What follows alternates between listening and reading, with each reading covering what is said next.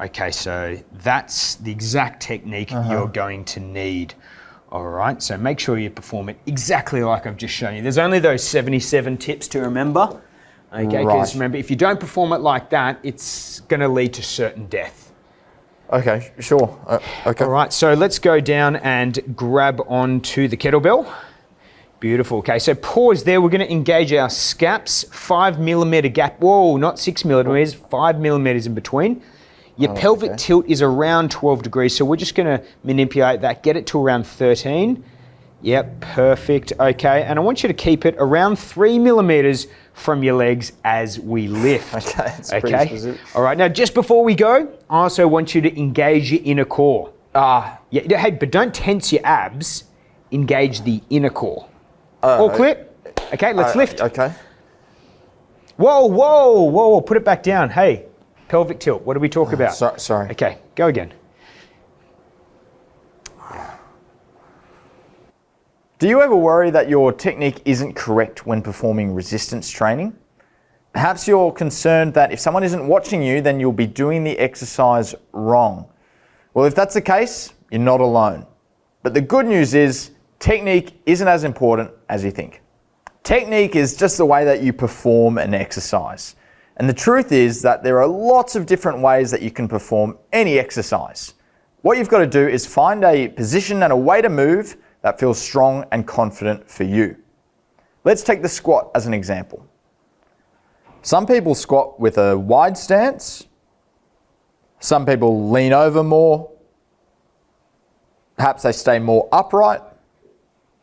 Or in the case of the overhead press, some people prefer to perform it sitting down, or with their palms facing inwards, or even with their palms facing outwards. So remember to simply pick the technique that works for you for each exercise. But remember, what's far more important than the technique is how prepared you are for the exercise. So if you've been working out and performing resistance training for a long period of time, you're going to be much better prepared than if you'd had a long period of inactivity and sedentary behavior. Hey, it's Jack. Now, just quickly, if you're liking this video, well then make sure you smash that subscribe button so that you can see more videos just like this, or even better. Let's take moving house as an example, because this is one we hear from a lot of our clients. It goes like this. You have to move house and you spend a day or two moving all that heavy furniture, dishwashers, grand pianos, all the good stuff. And then the next day, you're so sore that you're struggling to walk. Now, is it the incorrect technique that you use to pick up all those awkward, heavy objects? Or might it simply be the fact that you so rarely have to expose yourself to those loads and all that lifting that your body just wasn't prepared for that day or two of lifting? So when it comes to better preparing yourself for lifting weights and performing resistance training, we have a couple of hot tips. The first is to be consistent. Make sure you're performing your resistance training regularly, and we want to build up a good exercise habit over time of a minimum of 2 strength training sessions each week. And tip number 2 is to start low, go slow. So whenever you're starting out with resistance training and lifting weights, start at a really manageable level and incrementally build up over time as your body becomes more conditioned. Okay, hang on a minute, hang on. Your scaps are slightly out. I need you to put your hips back about a couple of millimeters, and the angle of your knees, hang on, mate, sorry, mate. they're just...